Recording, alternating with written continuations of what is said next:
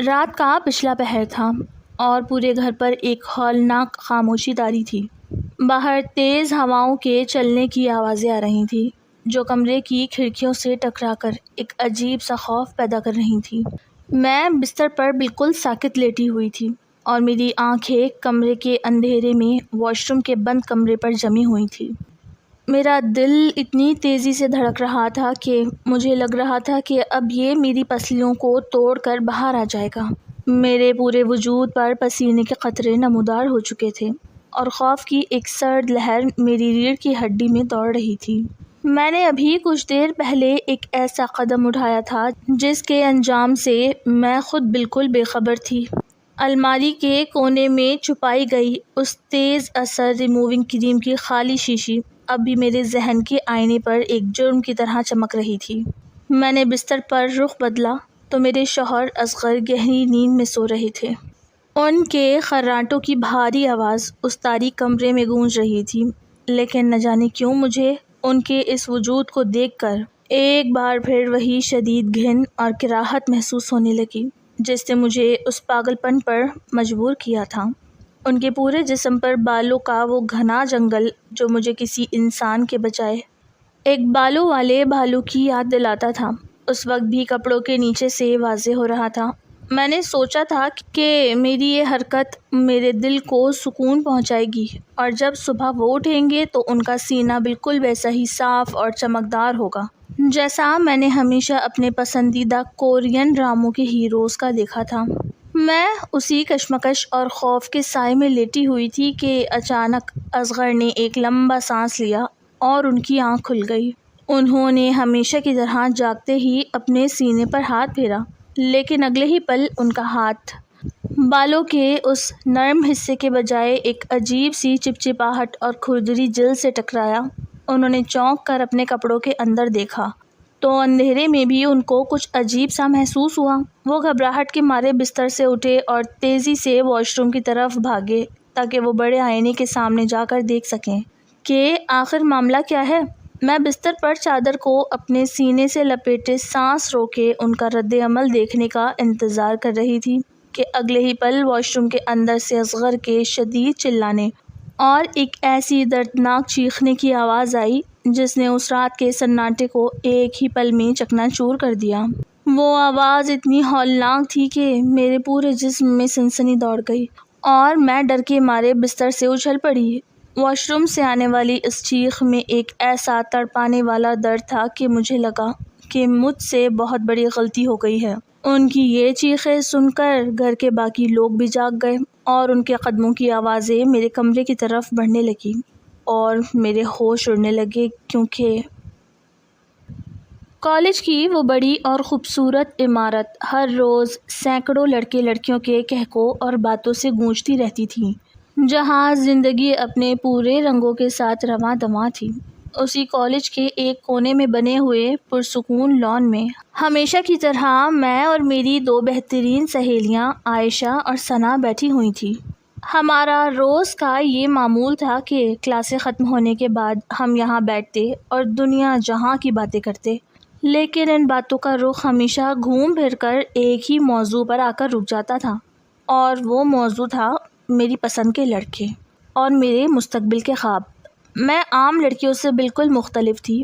جہاں میری عمر کے دوسری لڑکیاں لمبے تڑنگے مردانہ وجاہت والے اور رعب دار آواز والے لڑکوں کی باتیں کرتی تھیں، وہاں میرے دل و دماغ پر ایک بالکل ہی الگ دنیا کا سحر طاری تھا۔ میں دن رات اپنے موبائل فون کی اسکرین پر لگی رہتی تھی اور کورین ڈراموں کی اس حد تک دیوانی تھی کہ مجھے اپنے آس پاس کی دنیا کا ہوش ہی نہیں رہتا تھا۔ ان کورین ڈراموں میں دکھائے جانے والے ہیروز، ان کی چمکتی دمکتی سفید رنگت، ان کی بالکل صاف شفاف جلد اور ان کا معصومانہ انداز مجھے اپنے سحر میں اس طرح جکڑ چکا تھا کہ مجھے دنیا کا کوئی اور مرد پسند ہی نہیں آتا تھا۔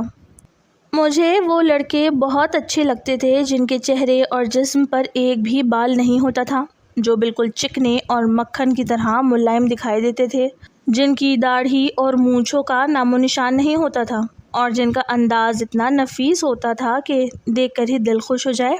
میں جب بھی موبائل پر ان کی ویڈیوز دیکھتی تو اپنی سہیلیوں سے کہتی کہ دیکھو یہ ہوتے ہیں اصل خوبصورت مرد، کتنے صاف ستھرے اور چمکدار ہیں، ان کو دیکھ کر دل کو سکون ملتا ہے۔ میری یہ باتیں سن کر عائشہ ہمیشہ اپنا سر پکڑ لیتی تھی اور ہنس کر کہتی تھی کہ تم بالکل پاگل ہو چکی ہو، یہ کورین ڈرامے تمہارا دماغ خراب کر رہے ہیں، تم جس دنیا میں رہ رہی ہو وہ حقیقت سے بہت دور ہے، یہ پاکستان ہے اور یہاں تمہیں ایسے چکنے اور چمکتے ہوئے لڑکے کہیں نہیں ملیں گے۔ یہاں کے مردوں کی اپنی ایک الگ پہچان ہوتی ہے، ان کی داڑھی، مونچھیں، ان کا روبدار ہونا ہی ان کی خوبصورتی مانی جاتی ہے۔ لیکن میں عائشہ کی بات سن کر منہ بنا لیتی اور کہتی کہ مجھے کوئی پرواہ نہیں ہے، لیکن اگر میری شادی ہوگی تو صرف ایک ایسے ہی انسان سے ہوگی جو بالکل صاف ستھرا ہو، جس کی جلد ریشم کی طرح ملائم ہو اور جس کے جسم پر بالوں کا نام و نشان تک نہ ہو۔ مجھے بالوں والے مردوں سے سخت نفرت ہے، ان کو دیکھ کر ہی مجھے ایک عجیب سی گھن آنے لگتی ہے۔ ثنا، جو ہمیشہ ہماری باتیں سن کر مسکراتی رہتی تھی، ایک دن کہنے لگی کہ تمہاری یہ ضد تمہیں کسی بڑی مشکل میں نہ ڈال دے، کیونکہ زندگی ڈراموں کی طرح نہیں ہوتی، یہاں حقیقت کا سامنا کرنا پڑتا ہے اور حقیقت ہمیشہ خوابوں جیسی خوبصورت نہیں ہوتی۔ لیکن میں ان دونوں کی باتوں کو ایک کان سے سنتی اور دوسرے کان سے نکال دیتی تھی، کیونکہ میرے دل میں تو بس وہی چکنے اور معصوم ہیروز بسے ہوئے تھے۔ کالج کے ان دنوں میں ہمارے ساتھ ہی ایک لڑکا پڑھتا تھا جس کا نام زہیب تھا۔ زہیب کالج کی دوسری لڑکیوں میں بہت مقبول تھا کیونکہ وہ بہت لمبا تھا، اس کا رنگ سانولا تھا اور اس نے ایک بہت ہی گھنی اور فیشنیبل داڑھی رکھ رکھی تھی۔ وہ جب بھی ہمارے پاس سے گزرتا تو عائشہ اور ثنا اس کی تعریفیں کرتی تھیں، لیکن جیسے ہی میری نظر اس پر پڑتی، مجھے اس کی وہ داڑھی اور اس کے ہاتھوں پر موجود گھنے بال دیکھ کر ایک عجیب سی کراہت محسوس ہونے لگتی تھی۔ میں دل ہی دل میں سوچتی کہ لڑکیاں اس میں کیا دیکھتی ہیں، یہ تو مجھے کسی جنگلی بھالو کی طرح لگتا ہے، مرد کو تو بالکل صاف ستھرا اور چمکدار ہونا چاہیے۔ زہیب کئی بار مجھ سے بات کرنے کی کوشش کر چکا تھا کیونکہ وہ میری خاموش اور شرمیلی طبیعت کی وجہ سے میری طرف متوجہ تھا، لیکن میں نے ہمیشہ اسے ایک سرد اور بے رخی والا رویہ دکھایا۔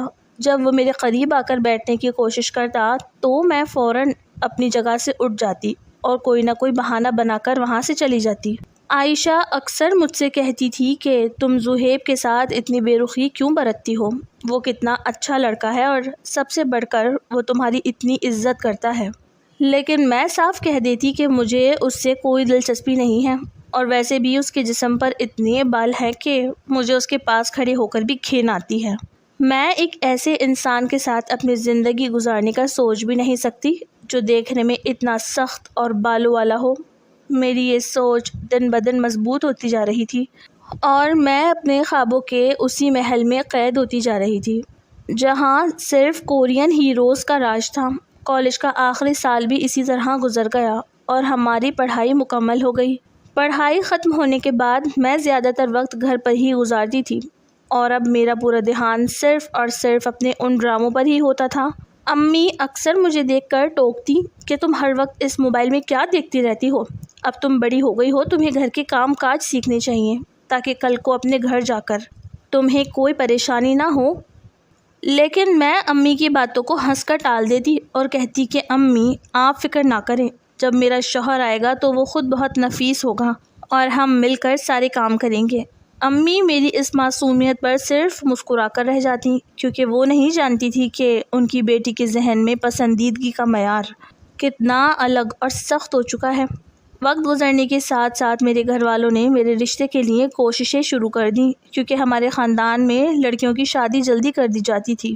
امی اور ابو ہرانے والے رشتے کو بہت غور سے دیکھتے تھے، لیکن میں ہمیشہ دل ہی دل میں یہی دعا مانگتی تھی کہ یا اللہ، جو بھی رشتہ آئے وہ میری پسند کے مطابق بالکل چکنا اور صاف ستھرا لڑکا ہو، مجھے کسی بالوں والے مرد کے ساتھ مت باندھنا کیونکہ میں وہ برداشت نہیں کر پاؤں گی۔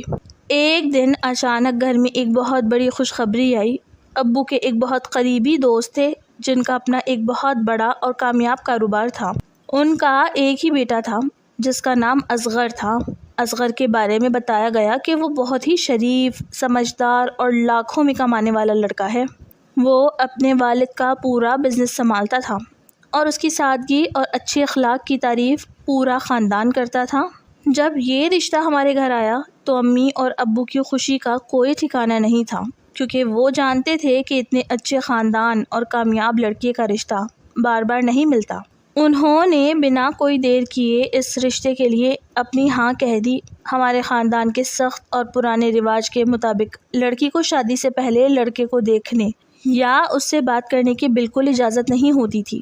لڑکی کی تصویر بھی لڑکی کو نہیں دکھائی جاتی تھی اور صرف والدین کا فیصلہ ہی آخری اور حتمی مانا جاتا تھا۔ جب امی نے میرے کمرے میں آ کر مجھے بتایا کہ بیٹی تمہارا رشتہ اصغر سے طے ہو گیا ہے اور وہ بہت ہی اچھا لڑکا ہے، تو میرے دل میں ایک دم سے خوشی اور گھبراہٹ کی ایک عجیب سی لہر دوڑ گئی۔ میں نے امی سے بہت دھیمے لہجے میں پوچھا کہ امی وہ دیکھنے میں کیسا ہے؟ کیا وہ بہت پیارا ہے؟ امی نے ہنس کر کہا کہ ہاں بیٹی، وہ بہت ہی وجیح اور روبدار شخصیت کا مالک ہے، تم اسے دیکھو گی تو بہت خوش ہو جاؤ گی۔ امی کا یہ کہنا تھا اور میرے ذہن میں فوراً وہی کورین ڈراموں کے منظر گھومنے لگے۔ میں نے سوچا کہ اگر امی کہہ رہی ہیں کہ وہ وجیح اور پیارا ہے تو یقیناً وہ بالکل ویسا ہی ہوگا جیسا میں نے ہمیشہ خوابوں میں دیکھا تھا، ایک بالکل چمکتا ہوا گورا چٹا اور صاف شفاف جلد والا انسان جس کے چہرے پر کوئی داڑھی مونچھ نہیں ہوگی اور جو بالکل نفیس ہوگا۔ میں دل ہی دل میں اتنی خوش ہو رہی تھی کہ مجھے لگ رہا تھا کہ میری زندگی کے سارے خواب اب سچ ہونے جا رہے ہیں۔ میں نے فوراً عائشہ اور ثنا کو فون کیا اور انہیں بتایا کہ میری شادی طے ہو گئی ہے۔ عائشہ نے بہت خوش ہو کر مبارکباد دی اور مذاق کرتے ہوئے کہا کہ چلو اب دیکھتے ہیں کہ تمہارا وہ کورین ہیرو تمہیں ملتا ہے یا نہیں۔ میں نے بہت فخر سے کہا کہ دیکھ لینا، میرا شوہر بالکل ویسا ہی ہوگا، کیونکہ میری دعائیں بہت سچی ہیں۔ شادی کی تیاریاں بہت زور و شور سے شروع ہو گئیں۔ گھر میں مہمانوں کا تانتا بن گیا، ہر طرف کپڑوں اور زیورات کی باتیں ہونے لگیں، لیکن میرا دل صرف اس ایک لمحے کا انتظار کر رہا تھا جب میں اپنے ہونے والے شوہر کو اپنی آنکھوں سے دیکھوں گی۔ میں اپنی شادی کے جوڑے اور میک اپ کا انتخاب بھی بہت احتیاط سے کر رہی تھی، کیونکہ میں چاہتی تھی کہ جب میں اس کے سامنے جاؤں تو وہ بھی مجھے دیکھ کر دنگ رہ جائے۔ شادی کا دن بھی دیکھتے ہی دیکھتے قریب آ گیا اور وہ رات بھی آ گئی جو میری زندگی کی سب سے بڑی رات تھی۔ ہال روشنیوں سے جگمگا رہا تھا، ہر طرف گانے بجانے کی آوازیں تھیں اور مہمانوں کی چہل پہل تھی۔ میں سرخ رنگ کے خوبصورت عروسی جوڑوں میں سجی ہوئی اسٹیج پر بیٹھی ہوئی تھی۔ میرا گھونگھٹ نیچے تھا جس کی وجہ سے مجھے باہر کا منظر صاف دکھائی دے رہا تھا، لیکن میرا دل اتنی تیزی سے دھڑک رہا تھا۔ بارات ہال میں داخل ہوئی تو شور بہت بڑھ گیا، سب لوگ دولہے کا استقبال کرنے کے لیے آگے بڑھے، لیکن رواج کے مطابق مجھے ابھی اس کی طرف دیکھنے کی اجازت نہیں تھی۔ نکاح کے کلمات پڑھے گئے اور جب میں نے قبول ہے کہا تو میری آنکھوں سے خوشی کے آنسو جھلک پڑے، کیونکہ اب میں قانونی اور شرعی طور پر اس انسان کی بیوی بن چکی تھی جس کے خواب میں نے زندگی بھر دیکھے تھے۔ نکاح کے بعد رخصتی کا وقت آیا تو میں اپنے والدین سے گلے لگ کر بہت روئی، کیونکہ اپنا گھر چھوڑنے کا دکھ بہت بڑا ہوتا ہے، لیکن اس دکھ کے ساتھ ساتھ میرے دل میں اس نئی زندگی کو لے کر ایک بے پناہ تجسس اور خوشی بھی تھی جو مجھے اندر ہی اندر مگن کر رہی تھی۔ گاڑی میں بیٹھتے وقت بھی میں نے اپنے شوہر کا چہرہ نہیں دیکھا، کیونکہ میرا گھونگھٹ بہت گہرا تھا اور انہوں نے بھی بہت شرافت اور احترام کا مظاہرہ کرتے ہوئے گاڑی میں مجھ سے کوئی بات نہیں کی، بلکہ خاموشی سے سفر کٹتا رہا۔ جب ہم ان کے اس بڑے اور شاندار گھر پہنچے تو میری ساس اور نندوں نے میرا بہت گرم جوشی سے استقبال کیا۔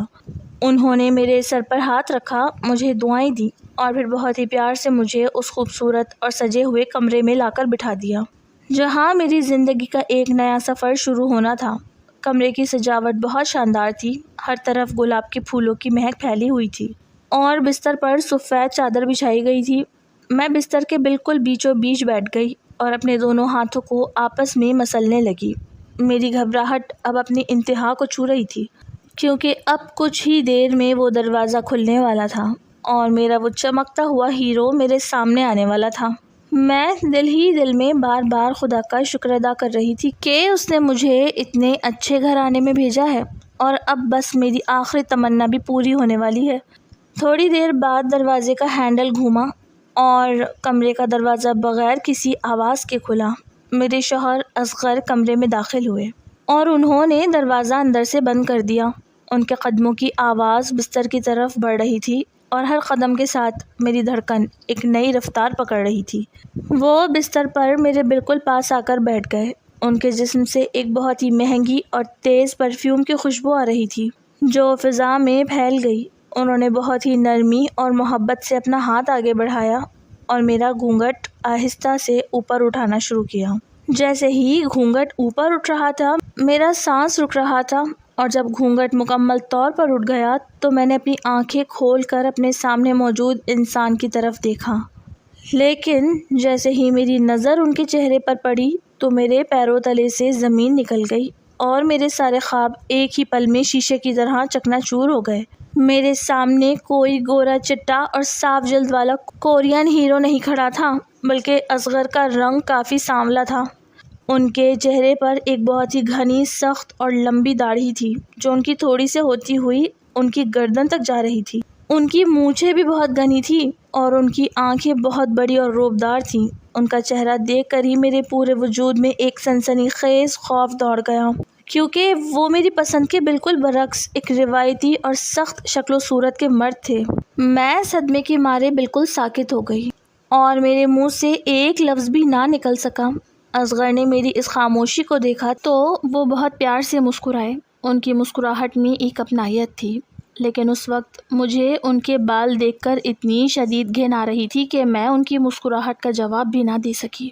انہوں نے میری گھبراہٹ کو کم کرنے کے لیے بہت ہی دھیمی اور بھاری آواز میں کہا کہ السلام علیکم، تم بہت تھک گئی ہوگی، آج کا دن واقعی بہت لمبا اور تھکا دینے والا تھا۔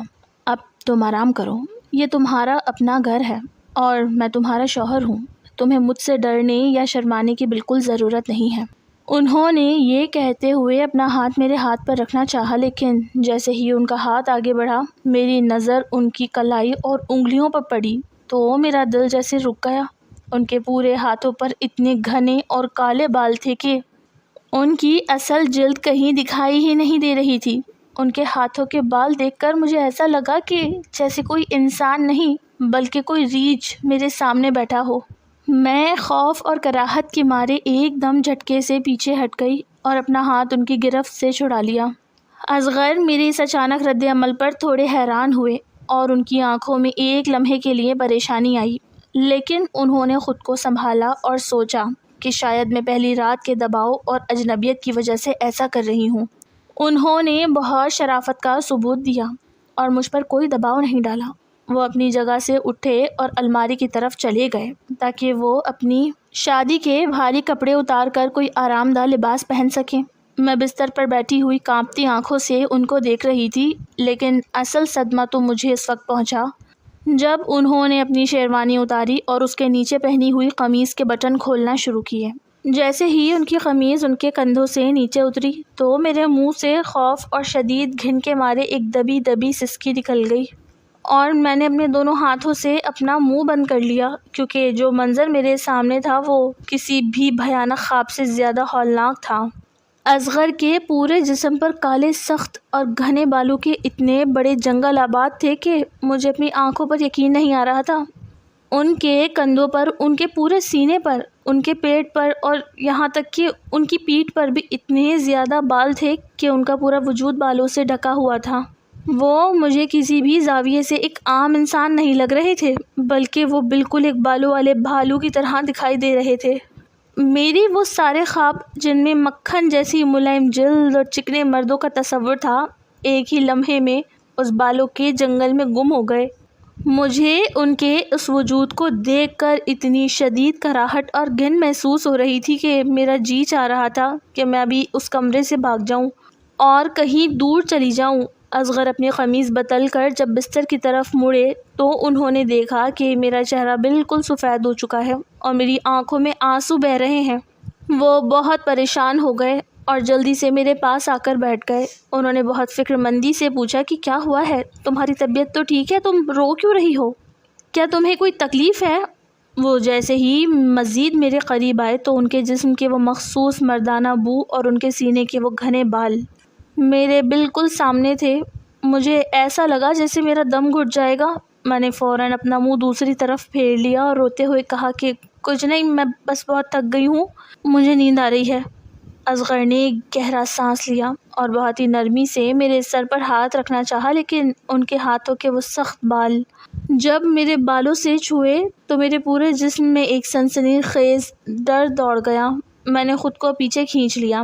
اصغر نے میری اس دوری کو محسوس کر لیا تھا۔ ان کے چہرے پر ایک اداسی چھا گئی، لیکن انہوں نے کچھ نہیں کہا اور خاموشی سے بستر کے دوسری طرف لیٹ کر اپنا منہ دوسری طرف کر لیا۔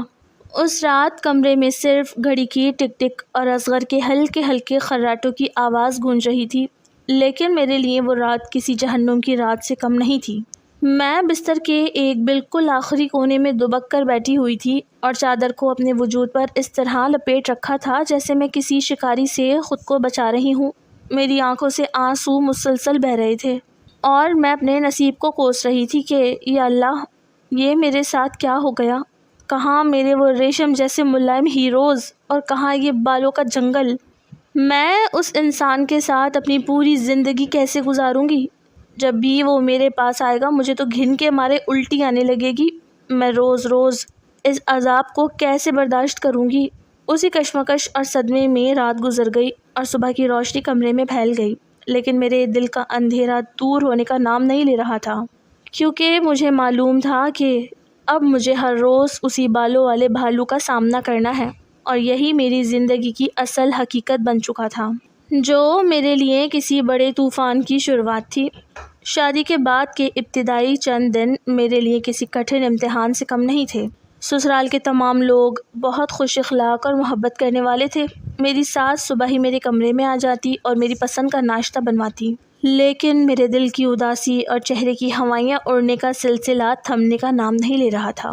اصغر روز صبح تیار ہو کر اپنے بزنس پر چلے جاتے، اور جب وہ تھری پیس سوٹ پہنتے تو ان کے جسم کے وہ گھنے بال کپڑوں کے نیچے چھپ جاتے تھے۔ اس وقت وہ مجھے ایک اچھے اور معزز مرد دکھائی دیتے تھے، لیکن جیسے ہی شام ہوتی اور ان کی گھر واپسی کا وقت قریب آتا، میرے دل کی دھڑکنیں تیز ہونا شروع ہو جاتی۔ مجھے معلوم تھا کہ گھر آتے ہی وہ آرام دہ لباس پہنیں گے اور ایک بار پھر ان کا وہ بالوں کا جنگل میرے سامنے ہوگا۔ اصغر ایک بہت ہی نفیس اور خیال رکھنے والے شوہر ثابت ہو رہے تھے۔ وہ جب بھی مارکیٹ سے آتے میرے لیے چاکلیٹ پھول یا کوئی نہ کوئی خوبصورت کپڑوں کا جوڑا لازمی لاتے تھے۔ رات کو جب ہم کھانے کی میز پر بیٹھتے تو وہ سب سے پہلا نوالا مجھے بنا کر کھلاتے اور میری ہر چھوٹی بڑی ضرورت کا خیال رکھتے تھے۔ گھر والے ہماری اس نئی جوڑی کو دیکھ کر بہت خوش ہوتے اور کہتے کہ اصغر تو اپنی بیوی کا دیوانہ ہو گیا ہے، لیکن کوئی نہیں جانتا کہ اس دیوانگی کے پیچھے میرے اندر کتنا بڑا طوفان مچ رہا تھا۔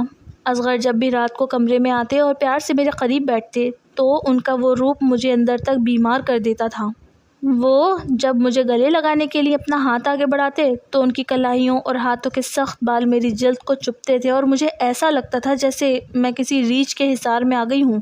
ان کے جسم کی ایک مخصوص مردانہ تپش اور وہ بالوں کا لمس مجھے اس حد تک پریشان کرتا تھا کہ مجھے الٹی آنے لگتی تھی۔ میں ہر روز کوئی نہ کوئی نیا بہانہ تلاش کرتی، کبھی کہتی کہ میری طبیعت ٹھیک نہیں ہے، کبھی سر کے شدید درد کا ڈرامہ کرتی، تو کبھی کہتی کہ میں بہت تھک گئی ہوں۔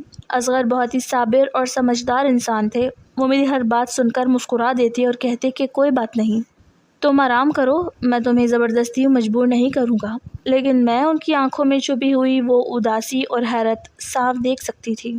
وہ اکثر آئینے کے سامنے کھڑے ہو کر خود کو دیکھتے اور شاید یہ سمجھنے کی کوشش کرتے کہ آخر مجھ میں ایسی کیا کمی ہے کہ میری بیوی میرے قریب آنے سے بھی کتراتی ہے۔ شادی کو مہینہ گزر گیا اور میری یہ برداشت اب بالکل آخری حدوں کو چھو رہی تھی۔ میں روز روز اس گھن اور کراہت کے سائے میں نہیں جی سکتی تھی۔ میرے ذہن پر اب بھی وہی کورین ڈراموں کے صاف ستھرے اور چکنے ہیروز سوار تھے، اور میں اکثر سوچتی تھی کہ کاش اصغر کا جسم بھی ویسا ہی ملائم اور چمکدار ہوتا تو میں ان سے کتنی محبت کرتی۔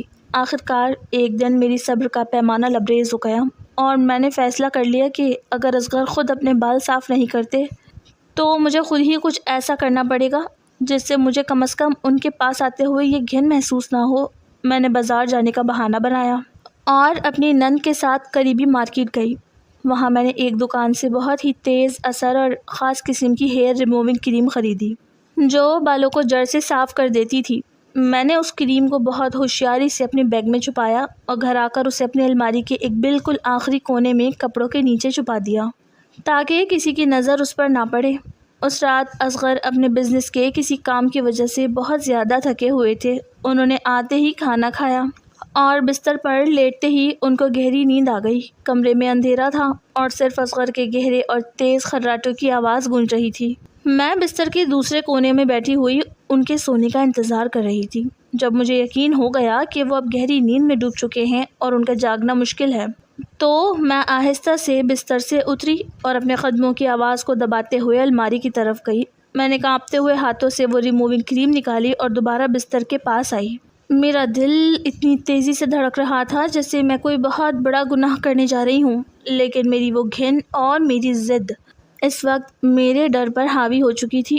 میں نے بستر پر جھک کر دیکھا تو اصغر بالکل بے خبر سو رہے تھے۔ ان کی قمیص کے اوپر کے 2 بٹن کھلے ہوئے تھے اور ان کے سینے کا وہ گھنا بالوں والا حصہ صاف دکھائی دے رہا تھا۔ میں نے اپنے ہونٹ چبائے اور کریم کی شیشی کھول کر اس کی ایک بہت بڑی مقدار اپنے ہاتھ پر لی اور اصغر کے سینے کے بالکل بیچوں بیچ لگانا شروع کر دی۔ کریم کی وہ تیز کیمیائی بو کمرے کی فضا میں پھیل گئی اور اس کی ٹھنڈک یا تپش کی وجہ سے اصغر نے ہلکی سی کروٹ بدلی تو میرا سانس جیسے حلق میں ہی اٹک گیا۔ میں وہیں بالکل ساکت کھڑی ہو گئی اور مجھے لگا کہ اب وہ جاگ جائیں گے اور میرا یہ راز کھل جائے گا، لیکن خوش قسمتی سے وہ دوبارہ گہری نیند کی وادیوں میں چلے گئے۔ میں نے جلدی سے باقی کریم بھی ان کے سینے کے ایک بڑے حصے پر پھیلا دی اور کریم کی خالی شیشی کو اپنے دوپٹے میں چھپا کر واش روم کی طرف بھاگی۔ میں نے واش روم جا کر اپنے ہاتھ اچھی طرح دھوئے اور کریم کی شیشی کو کچرے کے ڈبے میں سب سے نیچے چھپا دیا۔ جب میں واپس کمرے میں آئی تو میرا پورا جسم پسینے سے شرابور تھا۔ میں بستر پر لیٹ گئی، لیکن خوف کے مارے میری آنکھیں بند نہیں ہو رہی تھیں۔ میں بار بار اصغر کی طرف دیکھتی اور سوچتی کہ صبح جب وہ اٹھیں گے اور اپنے سینوں کو بالکل صاف پائیں گے تو ان کا کیا رد عمل ہوگا۔ مجھے بالکل بھی اندازہ نہیں تھا کہ میری یہ پاگل پن پر مبنی حرکت کتنا بڑا طوفان لے کر آنے والی ہے۔ رات آہستہ آہستہ ڈھلتی گئی اور صبح کی پہلی ہلکی روشنی کمرے کے پردوں کو چیرتی ہوئی اندر آنے لگی۔ اصغر کی روز کا معمول تھا کہ وہ صبح جلدی جاگ جاتے تھے۔ جیسے ہی ان کی آنکھ کھلی انہوں نے ہمیشہ کی طرح بستر پر سیدھے ہوتے ہوئے انگڑائی لی اور اپنے سینے پر ہاتھ پھیرا، لیکن اس بار ان کا ہاتھ بالوں کے اس نرم جنگل سے نہیں ٹکرایا بلکہ ان کی انگلیاں ایک عجیب سی چپچپاہٹ اور کھردری جلد سے ٹکرائیں۔ اصغر نے چونک کر اپنے سینے کی طرف دیکھا تو ان کے ہوش اڑ گئے۔ ان کے سینے کے بیچوں بیچ کے بال بالکل پگھل چکے تھے اور وہ کیمیکل کی وجہ سے قمیص کے کپڑے کے ساتھ ایک لوتھڑے کی طرح چپکے ہوئے تھے اور نیچے کی جلد بالکل سرخ ہو چکی تھی۔ وہ شدید پریشان اور حیران ہو گئے کہ یہ راتوں رات ان کے ساتھ کیا ہو گیا ہے۔ وہ گھبراہٹ کے مارے بستر سے اٹھے اور تیزی سے واش روم کی طرف بھاگے تاکہ وہ بڑے آئینے میں صاف دیکھ سکیں کہ آخر معاملہ کیا ہے۔ میں بستر پر لیٹی ہوئی سانس روکے ان کا رد عمل دیکھنے کا انتظار کر رہی تھی کہ اگلے ہی پل واش روم کے اندر سے اصغر کے شدید چلانے اور دردناک چیخنے کی آواز آئی۔ وہ آواز اتنی ہولناک تھی کہ میرے پورے جسم میں ایک سنسنی خیز ڈر دوڑ گیا اور میں خوف کے مارے بستر سے اچھل پڑی۔ اصغر واش روم میں کھڑے اپنے سینے کو دیکھ کر بری طرح چلا رہے تھے کیونکہ وہ تیز کیمیکل ان کی جلد پر الرجی کر چکا تھا اور وہاں شدید جلن ہو رہی تھی۔ ان کی چیخیں سن کر گھر کے باقی لوگ بھی جاگ گئے اور میرے کمرے کی طرف بھاگے۔ اب یہ معاملہ پورے گھر کے سامنے آنے والا تھا اور مجھے اپنی اس حرکت کا انجام بھگتنا تھا۔ میں اپنے بستر پر بالکل شل ہو کر رہ گئی تھی اور خوف کے مارے میرا پورا جسم بری طرح کانپ رہا تھا۔ واش روم کا دروازہ کھلا ہوا تھا اور اصغر اندر آئینے کے سامنے کھڑے ہو کر اپنے سینے کو دیکھ رہے تھے جہاں کی جلد اس تیز کیمیکل کی وجہ سے بالکل جھلس چکی تھی اور وہاں بڑے بڑے سرخ نشان ابھر آئے تھے۔ کریم نے نہ صرف بالوں کو بری طرح پگھلا دیا تھا بلکہ اصغر کی حساس جلد پر اس کا ایک ایسا شدید کیمیائی رد عمل ہوا تھا کہ وہ جگہ بالکل کچی ہو چکی تھی اور اس میں سے ہلکا ہلکا خون رس رہا تھا۔ اصغر درد کے مارے تڑپ رہے تھے اور واش روم میں موجود ٹھنڈا پانی اپنے سینے پر ڈال رہے تھے، لیکن پانی لگنے سے ان کی وہ جلن مزید بڑھ رہی تھی اور ان کے منہ سے مسلسل سسکیاں اور چیخیں نکل رہی تھیں۔ ابھی میں بستر سے اٹھنے کی کوشش ہی کر رہی تھی کہ کمرے کا دروازہ زور سے کھلا اور میری ساس اور نندے گھبراہٹ کے مارے اندر داخل ہوئیں۔ ان کے چہروں پر شدید پریشانی اور خوف تھا۔ امی جی نے آتے ہی مجھ سے پوچھا کہ بیٹی کیا ہوا؟ اصغر کے چلانے کی آواز کیوں آئی ہے؟ میں نے کانپتے ہوئے ہاتھ سے واش روم کی طرف اشارہ کیا تو وہ سب تیزی سے اندر بھاگیں۔ واش روم کا منظر دیکھ کر امی جی کے منہ سے ایک چیخ نکل گئی۔ انہوں نے دیکھا کہ ان کا اکلوتا بیٹا درد سے بے حال ہے اور اس کا سینہ بری طرح جھلس چکا ہے۔ اصغر کے والد یعنی ابو جی بھی پیچھے پیچھے آ گئے اور انہوں نے جب اپنے بیٹے کی یہ حالت دیکھی تو وہ فوراً چلائے کہ کھڑے کیا دیکھ رہے ہو، جلدی سے گاڑی نکالو، اسے ہسپتال لے کر جانا پڑے گا، اس کی حالت بہت خراب ہے۔ گھر میں ایک دم افراتفری مچ گئی۔ اصغر نے کسی طرح اپنے کندھوں پر ایک چادر ڈالی کیونکہ قمیص کا کپڑا ان کے سینوں کو چھوتے ہی ان کو تڑپا رہا تھا۔ وہ ہسپتال جانے کے لیے کمرے سے باہر نکلے تو ان کی نظر ایک لمحے کے لیے مجھ پر پڑی۔ ان کی آنکھوں میں درد کے ساتھ ساتھ ایک شدید حیرت اور سوال تھا، جیسے وہ مجھ سے پوچھ رہے ہوں کہ آخر میں نے ان کے ساتھ یہ کیا کر دیا ہے، کیونکہ وہ جانتے تھے کہ کمرے میں میرے علاوہ کوئی تیسرا انسان موجود نہیں تھا۔ ان کی وہ نظر میرے دل میں ایک خنجر کی طرح اتری اور مجھے پہلی بار اپنے کیے پر شدید شرمندگی اور خوف کا احساس ہوا کہ میں نے اپنے ایک پاگل پن اور کورین ڈراموں کے بھوت کی خاطر ایک بھلے چنگے انسان کو اتنے بڑے عذاب میں ڈال دیا تھا۔ وہ سب اصغر کو لے کر ہسپتال روانہ ہو گئے اور میں اس عالیشان اور بڑے کمرے میں اکیلی رہ گئی۔ کمرے کی فضا میں ابھی تک اس ہیئر ریموونگ کریم کی تیز اور ناگوار بو پھیلی ہوئی تھی جو بار بار مجھے میرے گناہ کی یاد دلا رہی تھی۔ میں بستر پر بیٹھ کر سر پکڑ کر رونے لگی۔ مجھے سمجھ نہیں آ رہا تھا کہ اب میں سب کا سامنا کیسے کروں گی۔ اگر ڈاکٹر نے یہ بتا دیا کہ یہ کسی کریم کا اثر ہے تو گھر والے مجھ سے سوال کریں گے اور اس وقت میرے پاس کوئی جواب نہیں ہوگا۔ میں نے واش روم جا کر کچرے کے ڈبے کو دیکھا جہاں میں نے وہ شیشی چھپائی تھی۔ میں نے جلدی سے اسے نکالا اور گھر کے باہر بنے بڑے کچرے دان میں پھینکائی تاکہ کوئی ثبوت باقی نہ رہے، لیکن میرا ضمیر مجھے اندر ہی اندر ملامت کر رہا تھا کہ میں نے ایک ایسے شوہر کے ساتھ یہ کیا جو مجھ سے اتنی محبت کرتا تھا۔ کئی گھنٹے گزرنے کے بعد دوپہر کے وقت گاڑی کے رکنے کی آواز آئی تو میرا دل حلق میں آ گیا۔ امی جی اور ابو جی اصغر کو لے کر واپس آ گئے تھے۔ اصغر کے پورے سینے پر سفید رنگ کی پٹی بندھی ہوئی تھی اور وہ بہت کمزور دکھائی دے رہے تھے۔ ڈاکٹر نے ان کو شدید اسکن برن کا بتایا تھا اور کہا تھا کہ اگر یہ کیمیکل چند منٹ اور لگا رہتا تو ان کی جلد مستقل طور پر خراب ہو سکتی تھی۔ اصغر کو ان کے کمرے میں لایا گیا اور وہ بستر پر سیدھے لیٹ گئے۔ امی جی نے کچن میں جا کر ان کے لیے سوپ بنایا اور مجھ سے کہا کہ تم جا کر اپنے شوہر کو یہ سوپ پلاؤ اور ان کا خیال رکھو۔ جب میں سوپ کا پیالہ لے کر کمرے میں داخل ہوئی تو اصغر نے آئینے کی طرف منہ کر رکھا تھا۔ جیسے ہی میں نے پیالہ میز پر رکھا انہوں نے آہستہ سے اپنا رخ میری طرف کیا۔ ان کے چہرے پر غصہ نہیں تھا بلکہ ایک گہری اداسی اور صدمہ تھا۔ انہوں نے بہت ہی دھیمی اور سنجیدہ آواز میں مجھ سے کہا کہ تم نے یہ سب کیوں کیا؟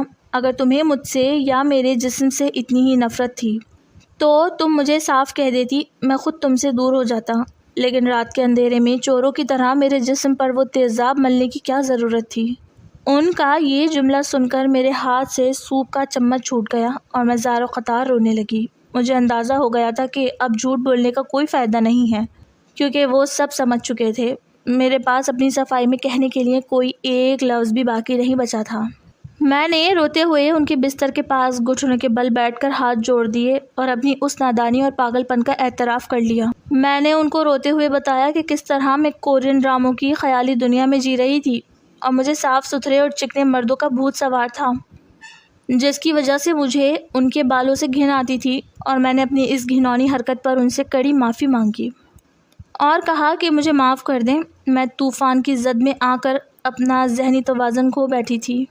اصغر نے میری بات بہت خاموشی اور گہری تکلیف کے ساتھ سنی۔ ان کے چہرے پر موجود اداسی اب ایک سخت فیصلے میں بدل چکی تھی۔ انہوں نے ایک طویل سانس لیا اور مجھ سے اپنا ہاتھ چھڑاتے ہوئے کہا کہ خوبصورتی صرف چہرے یا جسم کی چمک دمک کا نام نہیں ہوتی بلکہ انسان کے اخلاق اور اس کی نیت میں ہوتی ہے۔ میں نے تمہیں دل سے اپنی بیوی مانا اور تمہاری ہر خوشی کا خیال رکھا، لیکن تم نے محض بیرونی ساخت کی خاطر میری زندگی کو خطرے میں ڈال دیا۔ جو عورت اپنے شوہر کے جسم سے اس حد تک نفرت کرے کہ رات کے اندھیرے میں اس پر تیزاب نما کیمیکل مل دے، وہ کبھی ایک سچی جیون ساتھی نہیں بن سکتی۔ ان کا یہ کہنا تھا اور میرے دل پر جیسے آرے چل گئے۔ اصغر نے بنا کوئی دیر کیے اسی وقت امی جی اور ابو جی کو کمرے میں بلایا اور ان کے سامنے وہ سارا سچ رکھ دیا جو میں نے ابھی ابھی اعتراف کیا تھا۔ ساس اور سسر نے جب یہ سنا کہ ان کی لاڈلی بہو نے صرف بالوں سے نفرت کی بنیاد پر ان کے بیٹے کا یہ حال کیا ہے تو ان کے چہروں پر موجود محبت ایک دم شدید غصے اور حقارت میں بدل گئی۔ امی جی نے میری طرف دیکھا اور کہا کہ ہم نے تو سوچا تھا کہ تم ایک سلجھی ہوئی لڑکی ہو، لیکن تم تو ذہنی مریضہ نکلی۔ جس نے ہمارے معصوم بیٹے کی جان لینے کی کوشش کی۔ ابو جی نے فوراً میرے والدین کو فون کر کے اپنے گھر بلا لیا۔ جب میرے امی اور ابو وہاں پہنچے اور انہوں نے اصغر کا جھلتا ہوا سینہ دیکھا اور میری اس گھناؤنی حرکت کا سچ سنا تو ان کے سر شرمندگی سے جھک گئے۔ میرے اپنے ابو نے غصے میں آ کر میرے چہرے پر ایک زوردار تھپڑ مارا اور کہا کہ میں نے تمہیں یہی تربیت دی تھی کہ تم ڈراموں کے پیچھے لگ کر ایک شریف انسان کی زندگی برباد کر دو۔ اصغر نے بہت ہی سنجیدگی اور مروجہ قوانین کے مطابق فیصلہ کرتے ہوئے کہا کہ میں اس رشتے کو مزید آگے نہیں بڑھا سکتا۔ جو عورت میرے وجود کو ہی قبول نہیں کر سکتی اس کے ساتھ زندگی گزارنا ایک مسلسل عذاب ہوگا۔ انہوں نے مجھے میرے والدین کے ساتھ میرے گھر بھجوا دیا۔ میرے والدین مجھے اسی وقت ذلت اور رسوائی کے ساتھ اپنے گھر واپس لے آئے، جہاں اب محلے اور خاندان والے مجھ پر باتیں کر رہے تھے۔ میرا وہ کورین ڈراموں کا بھوت اور چکنے مردوں کا پاگل پن اب ایک بھیانک حقیقت بن کر مجھے چڑھا رہا تھا، کیونکہ میں نے ایک خیالی دنیا کی خاطر اپنا بستا ہوا گھر اور ایک ہیرا شوہر ہمیشہ کے لیے کھو دیا تھا۔ جیسے جیسے دن گزر رہے تھے مجھے اپنی غلطی کا اور بھی شدت سے احساس ہو رہا تھا، کیونکہ اصغر کی محبت اور اس کا رویہ مجھے رہ رہ کر یہ باور کروا رہا تھا کہ میں نے اپنے ساتھ کتنا ظلم کر دیا۔ میرے والدین پر لوگ الگ باتیں بنا رہے تھے۔ اس رسوائی کے بعد میری زندگی ایک زندہ لاش کی طرح ہو کر رہ گئی تھی۔ میں ہر وقت اپنے کمرے میں بند رہتی تھی اور دن رات رو رو کر اللہ سے اپنے گناہوں کی معافی مانگتی تھی۔ اب وہ موبائل فون اور کورین ڈرامے جن کی میں دیوانی تھی مجھے زہر کی طرح لگتے تھے۔ میں نے اپنے موبائل سے وہ تمام چیزیں ڈیلیٹ کر دی تھی اور اب میرا زیادہ تر وقت نماز اور قرآن پاک کی تلاوت میں گزرتا تھا۔ مجھے اپنی اس نادانی پر اس حد تک پشیمانی تھی کہ میں اکثر کئی دن کھانا بھی نہیں کھاتی تھی۔ امی اور ابو میری یہ حالت دیکھ کر بہت کڑتے تھے، لیکن وہ بھی مجبور تھے، کیونکہ میں نے ایک ہنستا کھیلتا گھر اپنے ہاتھوں سے اجاڑ دیا تھا۔ وقت گزرنے کے ساتھ ساتھ خاندان کے لوگوں کی باتیں بھی کم ہو گئیں، لیکن میرے دل کا درد اور اصغر کے لیے میری محبت دن بدن بڑھتی جا رہی تھی۔ ہاں، اب مجھے اصغر سے محبت ہو چکی تھی، کیونکہ ان کی جدائی نے مجھے یہ سکھا دیا تھا کہ انسان کی اصل خوبصورتی اس کا اخلاق اور اس کا پیار ہوتا ہے، نہ کہ اس کی جسمانی ساخت۔ میں اکثر رات کو اٹھ کر روتی کہ کاش مجھے ایک موقع اور مل جائے تو میں اصغر کے پاؤں دھو کر پیوں گی اور ان کو کبھی شکایت کا موقع نہیں دوں گی۔ اسی طرح 2 سال کا طویل عرصہ گزر گیا۔ ان 2 سالوں میں اصغر نے دوسری شادی نہیں کی تھی، کیونکہ وہ بھی اندر سے بہت ٹوٹ چکے تھے اور کاروبار بھی مصروف رہتے تھے۔ ایک دن اچانک میری سہیلی عائشہ ہمارے گھر آئی اور اس نے مجھے بتایا کہ اصغر کے والد یعنی ابو جی کی طبیعت بہت زیادہ خراب ہے اور وہ ہسپتال میں داخل ہیں۔ یہ سنتے ہی میرے دل میں ایک تڑپ اٹھی۔ میں نے امی اور ابو کے سامنے ہاتھ جوڑے اور ان سے منت کی کہ مجھے ایک بار ابو جی کی عیادت کے لیے ہسپتال جانے دیں، کیونکہ وہ میرے بزرگ ہیں اور میں ان سے بھی معافی مانگنا چاہتی ہوں۔ میرے والدین نے میری بدلی ہوئی حالت اور سچی توبہ کو دیکھ کر مجھے اجازت دے دی۔ جب میں امی کے ساتھ اسپتال پہنچی تو ابو جی بیڈ پر لیٹے ہوئے تھے اور ان کے پاس اصغر کھڑے تھے۔ 2 سال بعد اصغر کو دیکھ کر میری آنکھوں سے آنسو جاری ہو گئے۔ وہ پہلے سے زیادہ سنجیدہ اور روبدار لگ رہے تھے۔ میں نے آگے بڑھ کر ابو جی کے ہاتھ پکڑ لیے اور پھوٹ پھوٹ کر رونے لگی۔ میں نے کہا کہ ابو جی مجھے معاف کر دیں، میں بہت گنہگار ہوں۔ میں نے آپ کے بیٹے کی زندگی خراب کی تھی، مجھے سزا مل چکی ہے، اب آپ مجھے معاف کر دیں تاکہ میرا ضمیر ہلکا ہو جائے۔ ابو جی نے میری سسکیوں کو دیکھا اور پھر اصغر کی طرف دیکھا، جن کی آنکھوں میں بھی میری یہ حالت دیکھ کر نمی آ چکی تھی۔ ابو جی نے بہت ہی شفقت سے میرے سر پر ہاتھ رکھا اور کہا کہ بیٹی، ہم نے تمہیں اسی وقت معاف کر دیا تھا، کیونکہ انسان سے غلطی ہو جاتی ہے، لیکن جو اپنی غلطی پر پشیمان ہو جائے وہ اللہ کو بھی پسند ہے۔ اصغر نے جب دیکھا کہ میں سچے دل سے بدل چکی ہوں اور میری آنکھوں میں اب ان کے لیے وہ گھن نہیں بلکہ ایک سچی محبت اور احترام ہے، تو ان کا دل بھی پگھل گیا۔ انہوں نے آگے بڑھ کر میرے ابو کو فون کیا اور انہیں اسپتال بلایا اور سب کے سامنے کہا کہ میں اپنی بیوی کو ایک اور موقع دینا چاہتا ہوں، کیونکہ توبہ کے بعد گناہ باقی نہیں رہتا۔ انہوں نے ہسپتال میں ہی سب کے سامنے مجھے ہمیشہ کے لیے پھر سے قبول کر لیا تھا۔ میری آنکھوں سے آنسو بہہ رہے تھے۔ میں اپنے رب کی بے انتہا شکر گزار تھی، جس نے میرے شوہر کے دل میں میرے لیے نرمی اور محبت ڈال دی تھی۔ جب میں 2 سال بعد دوبارہ اصغر کے گھر آئی تو سسرال والوں نے میرا استقبال ایک نئی عزت کے ساتھ کیا۔ اس رات جب ہم کمرے میں اکیلے تھے تو اصغر میرے پاس آئے اور انہوں نے بہت پیار سے میرا ہاتھ تھام لیا۔ اب مجھے ان کے ہاتھوں کے بالوں سے کوئی گھن نہیں آ رہی تھی، بلکہ ان کے لمس میں مجھے دنیا کا سب سے بڑا تحفظ اور سکون محسوس ہو رہا تھا۔ میں نے ان کے سینے پر سر رکھ دیا جہاں اب پٹی نہیں تھی، بلکہ ان کا وہ مردانہ وجود میرے لیے کائنات کا سب سے خوبصورت حصہ بن چکا تھا۔ میں نے مسکرا کر ان سے کہا کہ آپ جیسے بھی ہیں میرے شوہر ہیں اور میرے لیے دنیا کے تمام ہیروز سے زیادہ پیارے ہیں۔ اصغر نے مجھے اپنے حصار میں لے لیا اور اس طرح ہماری زندگی کا ایک نیا اور خوشگوار سفر شروع ہوا، جس میں اب کوئی جھوٹ اور خیالی دنیا نہیں تھی، بلکہ صرف ایک دوسرے کے لیے سچی محبت اور احترام تھا، اور یہی ہماری کہانی کا سب سے خوبصورت اور ہیپی اینڈنگ تھا۔ میں یہ اچھی طرح سمجھ چکی تھی کہ زندگی کی اصل خوبصورتی اور رشتوں کی پائیداری کبھی بھی بیرونی شکل و صورت یا جسمانی بناوٹ کی محتاج نہیں ہوتی۔ میڈیا اور ڈراموں کی خیالی دنیا میں دکھائے جانے والے چمکتے دمکتے چہرے محض ایک فریب ہوتے ہیں، جن کا حقیقت کی تلخ دنیا سے کوئی تعلق نہیں ہوتا۔ ایک سچا اور مخلص جیون ساتھی وہ ہوتا ہے جو آپ کے دکھ سکھ میں آپ کا ساتھ دے، آپ کی عزت کرے اور آپ کی ہر چھوٹی بڑی ضرورت کا خیال رکھے۔ محض ایک وہم اور بیرونی چمک دمک کے پیچھے بھاگ کر اپنے مخلص رشتے کی توہین کرنا اور اسے حقارت کی نظر سے دیکھنا انسان کو زندگی کے ایسے اندھیرے موڑ پر لا کھڑا کرتا ہے جہاں سوائے پچھتاوے کے کچھ باقی نہیں بچتا۔ ہمیں یہ بات بھی اچھی طرح سمجھ لینی چاہیے کہ شکر گزاری اور قناعت ہی خوشحال زندگی کی اصل چابی ہے۔ اللہ پاک نے انسان کو جس حال میں اور جس شکل میں پیدا کیا ہے وہ اس کی بہترین حکمت کا مظہر ہے۔ اپنے جیون ساتھی کی جسمانی خامیوں یا بناوٹ کا مذاق اڑانا یا ان سے نفرت کرنا نہ صرف ایک اخلاقی جرم ہے، بلکہ یہ اس انسان کے جذبات کا بھی خون کرنے کے مترادف ہے جو آپ پر اپنا سب کچھ قربان کرنے کے لیے تیار ہوتا ہے۔